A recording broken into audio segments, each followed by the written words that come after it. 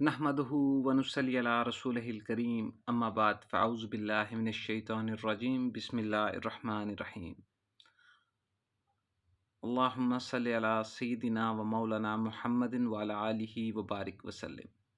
تمام احباب کو السلام علیکم ورحمۃ اللہ وبرکاتہ۔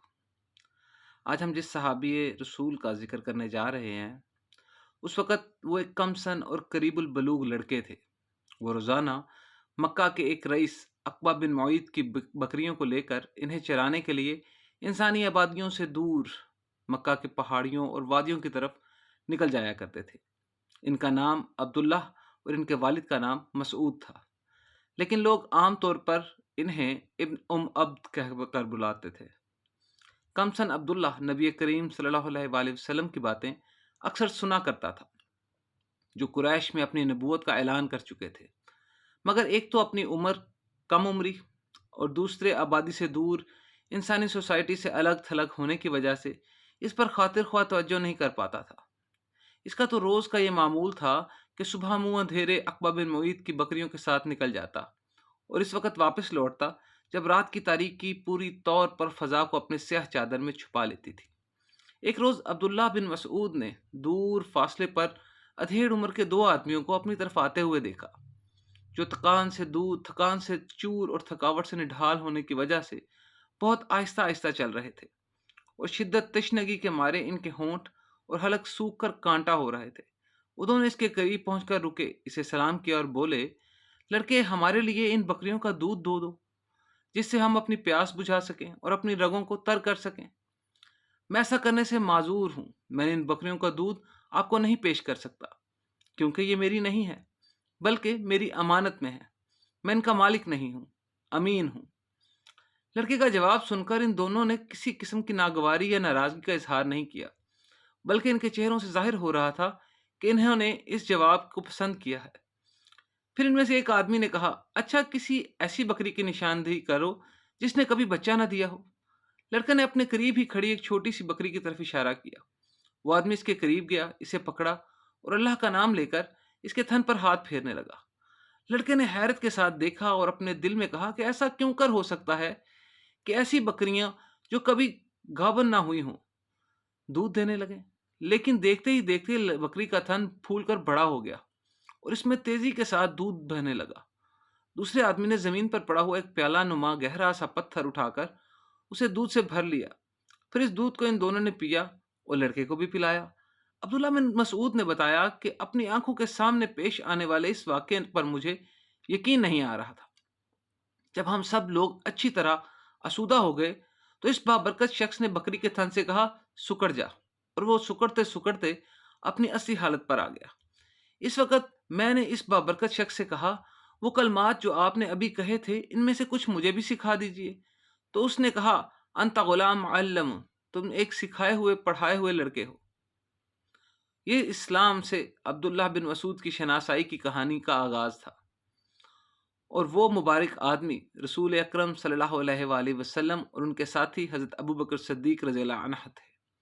وہ دونوں حضرات قریش کی شدید ایذا رسانی اور ابتلائی و آزمائش سے بچنے کے لیے اس روز مکہ کی گھاٹیوں کی طرف نکل آئے تھے۔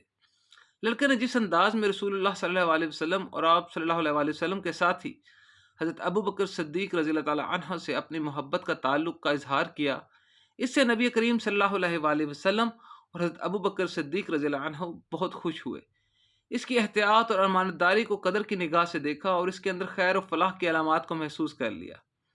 اس واقعے کے کچھ ہی دنوں بعد عبداللہ بن مسعود نے اسلام قبول کر لیا اور خود کو رسول اللہ صلی اللہ علیہ وآلہ وسلم کی خدمت کے لیے وقف کرتے ہوئے اپنے آپ کو بارگاہ نبوت میں پیش کر دیا، اور اسی روز سے وہ سعادت مند اور خوش بخت لڑکا بکریوں کی گلہ بانی سے نکل کر سرور کائنات کی خدمت میں منتقل ہو گیا۔ وہ ہر وقت سفر میں، حضر میں، گھر کے اندر اور گھر سے باہر سائے کی طرح آپ صلی اللہ علیہ وآلہ وسلم کے ساتھ ساتھ رہتے۔ جب آپ سو جاتے تو آپ صلی اللہ علیہ وسلم کو بیدار کرتے، جب آپ غسل کرتے تو وہ پردے کا انتظام کرتے، جب آپ باہر جانے کا ارادہ کرتے تو وہ آپ کو جوتے پہناتے، جب آپ صلی اللہ علیہ وسلم گھر میں داخل ہوتے تو وہ جوتوں کو پائے مبارک سے نکالتے، وہ آپ صلی اللہ علیہ وسلم کے عصا اور مسواک کی حفاظت کرتے، اور جب آپ صلی اللہ علیہ وآلہ وسلم کمرے میں داخل ہونے کا ارادہ فرماتے تو وہ اس سے پہلے اس میں داخل ہوتے۔ رسول اللہ صلی اللہ علیہ وسلم کے ساتھ ان کے قرب و تعلق کا یہ حال تھا کہ آپ نے انہیں ہر وقت اپنے گھر آنے اور اپنے تمام رازوں سے واقف رہنے کی اجازت دے رکھی تھی۔ اس وجہ سے وہ رازدان رسول کہے جاتے تھے۔ حضرت عبداللہ بن مسعود رضی اللہ تعالی عنہ رسول اللہ صلی اللہ علیہ وسلم کے گھر میں آپ کے زیر تربیت پروان چڑھے۔ انہوں نے اپنی زندگی کو آپ صلی اللہ علیہ وسلم کے اخلاق و عادات کے سانچے میں ڈھال لیا، خود کو آپ صلی اللہ علیہ وسلم کی صفات سے متصف کر لیا اور ہر کام آپ صلی اللہ علیہ وسلم کی پیروی کو اپنا وظیفہ حیات بنا لیا۔ کہا جاتا ہے کہ وہ اپنے اخلاق اور عادات کے لحاظ سے رسول اللہ صلی اللہ علیہ وسلم کے قریب تر تھے۔ انہوں نے مدرسہ رسول سے علوم قرآن کا درس لیا۔ وہ صحابہ کرام میں سب سے بڑے قاری، اس کے معنی کے سب سے بڑے رمز شناس اور شریعت الہی کے سب سے بڑے نکتہ داں تھے۔ ایک بار جب حضرت عمر بن خطاب رضی اللہ عنہ میدان عرفات میں وقوف فرمائے ہوئے تھے، ایک شخص نے ان کی خدمت میں حاضر ہو کر عرض کیا، امیر المومنین، میں کوفہ سے آیا ہوں۔ میں نے وہاں ایک شخص کو دیکھا جو قرآن میں دیکھے بغیر زبانی اس کا املا کراتا ہے۔ یہ سن کر انہوں نے چشمگین لہجے میں پوچھا، تیرا برا ہو، وہ کون ہے وہ شخص؟ عبداللہ بن مسعود، اس نے ڈرتے ہوئے کہا۔ یہ سن کر بتدریج ان کے غصے کا اثر زائل ہونے لگا، یہاں تک کہ وہ اپنی معمولی اور نارمل حالت میں آ گئے۔ پھر انہوں نے فرمایا، بخدا میں نہیں جانتا کہ اس سے زیادہ کوئی دوسرا شخص بھی اس کا حقدار ہے۔ اس کے متعلق میں تم سے ایک واقعہ بیان کرتا ہوں۔ ایک رات کا ذکر ہے، رسول اللہ صلی اللہ علیہ وسلم ابو بکر کے یہاں تشریف فرما تھے۔ وہ دونوں حضرات مسلمانوں کے مسائل کے بارے میں بات چیت کر رہے تھے۔ اسی مجلس میں بھی موجود تھا۔ پھر رسول اللہ صلی اللہ علیہ وسلم وہاں سے نکلے۔ ہم لوگ ابھی آپ کے ساتھ چلے، اچانک ہم نے دیکھا کوئی شخص مسجد میں کھڑا نماز پڑھ رہا ہے، ہم اسے پہچان نہ سکے۔ رسول اللہ صلی اللہ علیہ وسلم تھوڑی دیر کھڑے ہو کر اس کی قرات سنتے رہے، پھر ہماری طرف مڑتے ہوئے بولے، جو شخص قرآن کو اس طرح پڑھنا چاہیے جیسے کہ وہ نازل ہوا ہے، تو اسے چاہیے کہ وہ ابن عبد کی قرات کے مطابق اسے پڑھے۔ پھر جب عبداللہ بن مسعود رضی اللہ عنہ بیٹھ کر دعا مانگنے لگے تو رسول اللہ صلی اللہ علیہ وسلم کہتے جاتے، مانگو دیا جائے گا، مانگو دیا جائے گا۔ حضرت عمر رضی اللہ عنہ نے سلسلہ گفتگو جاری رکھتے ہوئے فرمایا، پھر میں نے اپنے دل میں کہا، بخدا میں صبح سویرے اس کے پاس جا کر ان کو رسول اللہ صلی اللہ علیہ وسلم کی ان کی دعا پر آمین کہنے کی خوشخبری سناؤں گا۔ اور جب سویرے ان کو خوشخبری دینے کے ارادے سے ان کے یہاں گیا تو کیا دیکھتا ہوں کہ ابو بکر صدیق رضی اللہ عنہ مجھ سے پہلے ان کو یہ خوشخبری دے چکے ہیں۔ خدا کی قسم، میں نے جب بھی کسی خیر میں ابو بکر سے مسابقت کی، ابو بکر نے ہمیشہ مجھے پیچھے چھوڑ دیا۔ کتاب اللہ کے علم میں ابن مسعود رضی اللہ عنہ کا مقام اتنا بلند تھا کہ وہ خود فرماتے ہیں، قسم اس ذات کی جس کے سوا کوئی معبود نہیں، قرآن کریم کی جو آیات بھی نازل ہوئیں اس کے بارے میں مجھے اچھی طرح معلوم ہے کہ وہ کہاں اور کس کے متعلق نازل ہوئیں۔ اگر مجھے معلوم ہو جائے کہ اس کے متعلق کوئی شخص مجھ سے زیادہ علم رکھتا ہے تو اس کے پاس پہنچنا ممکن ہو تو میں وہاں پہنچ کر اس کے علم سے ضرور استفادہ کروں گا۔ حضرت عبداللہ بن مسعود نے اپنے متعلق جو کچھ فرمایا اس میں ذرا برابر مبالغہ سے کام نہیں لیا۔ حضرت عمر بن خطاب رضی اللہ عنہ ایک مرتبہ اپنے ایک سفر کے دوران ایک قافلے سے ملتے ہیں۔ رات اندھیری ہے، اس نے پورے قافلے کو تاریکی کے پردے میں چھپا رکھا ہے۔ اس قافلے میں ابن مسعود رضی اللہ عنہ بھی ہیں۔ حضرت عمر ایک شخص سے کہتے ہیں، پوچھو آپ لوگ کہاں سے آ رہے ہیں؟ ابن مسعود رضی اللہ عنہ فج عمیق سے حضرت عمر رضی اللہ عنہ اور کہا کا ارادہ ہے، ابن مسعود بیت عتیق کا۔ یہ سن کر عمر رضی اللہ عنہ نے کہا، اس قافلے میں کوئی صاحب علم ہے؟ اور انہوں نے اپنے آدمی سے کہا، پوچھو قرآن کا کون سا حصہ سب سے عظیم ہے؟ ابن مسعود نے کہا، اللہ لا الہ الا هو الحی القیوم لا تأخذہ سنۃ ولا نوم۔ اللہ وہ ہے، زندہ جاوید ہستی ہے جو تمام کائنات کو سنبھالے ہوئے ہے، اس کے سوا کوئی خدا نہیں، وہ نہ سوتا ہے نہ اسے اونگ ملتی ہے۔ حضرت عمر، قرآن کا کون سا حصہ سب سے زیادہ مستحق محکم ہے؟ ابن مسعود، ان اللہ یامر بالعدل والاحسان وایتی ذی القربہ۔ اللہ تعالیٰ عدل اور احسان اور رشتہ داروں سے صلح رحمی کا حکم دیتا ہے۔ حضرت عمر نے پوچھا، قرآن کا کون سا ٹکڑا سب سے جامع ہے؟ ابن مسعود نے کہا، پھر جس نے، اس کا ترجمہ ہے کہ پھر جس نے ذرا برابر نیکی کی ہوگی وہ اس کو دیکھ لے گا، اور جس نے ذرا برابر بدی کی ہوگی وہ اس کو دیکھ لے گا۔ حضرت عمر نے پھر پوچھا، قرآن کا کون سا حصہ سب سے زیادہ خوفناک ہے؟ ابن مسعود نے جواب دیا، اس کا ترجمہ کچھ یوں ہے کہ انجام کار نہ تمہاری آرزوؤں پر موقف ہے اور نہ اہل کتاب کی آرزوؤں پر۔ جو بھی برائی کرے گا اس کا پھل پائے گا، اور اللہ کے مقابلے میں اپنے لیے کوئی حامی و مددگار نہ پا سکے گا۔ سورۃ نساء کی 123ویں آیات۔ حضرت عمر نے پھر پوچھا، قرآن کا کون سا حصہ سب سے زیادہ امید افزا ہے؟ تو ابن مسعود رضی اللہ عنہ نے جواب دیا، اے نبی، کہہ دو کہ اے میرے بندو، جنہوں نے اپنی جانوں پر زیادتی کی، اللہ کی رحمت سے مایوس نہ ہو جاؤ، یقیناً اللہ سارے گناہ معاف کر دیتا ہے، وہ تو غفور الرحیم ہے۔ سورۃ زمر کی آیت 54۔ حضرت عمر نے کہا، اس سے پوچھو کہ کیا تم میں عبداللہ بن مسعود ہیں؟ تو قافلے والوں نے جواب دیا کہ ہاں۔ حضرت عبداللہ بن مسعود صرف عالم و قاری اور عابد و زاہد ہی نہیں تھے، بلکہ وہ بڑے ہمتی، نہایت دور اندیش اور زبردست مجاہد اور میدان کارزار میں پیکر جرأت و شجاعت بھی تھے۔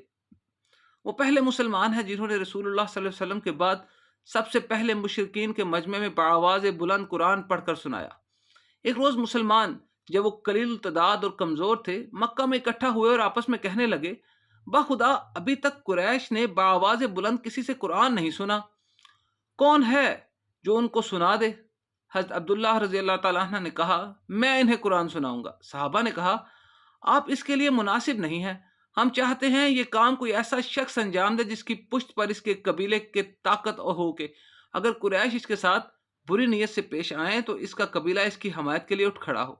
لیکن حضرت عبداللہ بن مسعود رضی اللہ عنہ نے کہا کہ نہیں، یہ کام مجھے ہی کرنے دو، اللہ تعالیٰ نے مجھے ان کے شر سے محفوظ رکھے گا اور ان کے مقابلے میں میری حمایت کرے گا۔ پھر وہ چاشت کے وقت مسجد حرام میں داخل ہوئے اور مقام ابراہیم کے پاس جا کر پہنچ کر اس وقت سرداران قریش کعبہ کے ارد گرد بیٹھے ہوئے تھے۔ حضرت عبداللہ نے مقام ابراہیمی پر کھڑے ہو کر بآواز بلند قرآن کی تلاوت شروع کر دی۔ بسم اللہ الرحمن الرحیم، الرحمن علم القرآن خلق الانسان علمہ البیان۔ اللہ کے نام سے جو بے انتہا مہربان اور رحم فرمانے والا ہے۔ نہایت مہربان خدا نے اس قرآن کی تعلیم دی، اس نے انسان کو پیدا کیا اور اسے بولنا سکھایا۔ سورۃ الرحمن کی آیات۔ وہ کتاب الہی کی آیات پڑھتے چلے گئے، آواز سن کر سرداران قریش ان کی طرف متوجہ ہوئے اور بولے، اے ابن عبد، کیا پڑھ رہا ہے؟ ارے اس کا ناس ہو، یہ تو اسی پیغام کا کوئی حصہ پڑھ رہا ہے جسے محمد صلی اللہ علیہ وآلہ وسلم لائے ہیں۔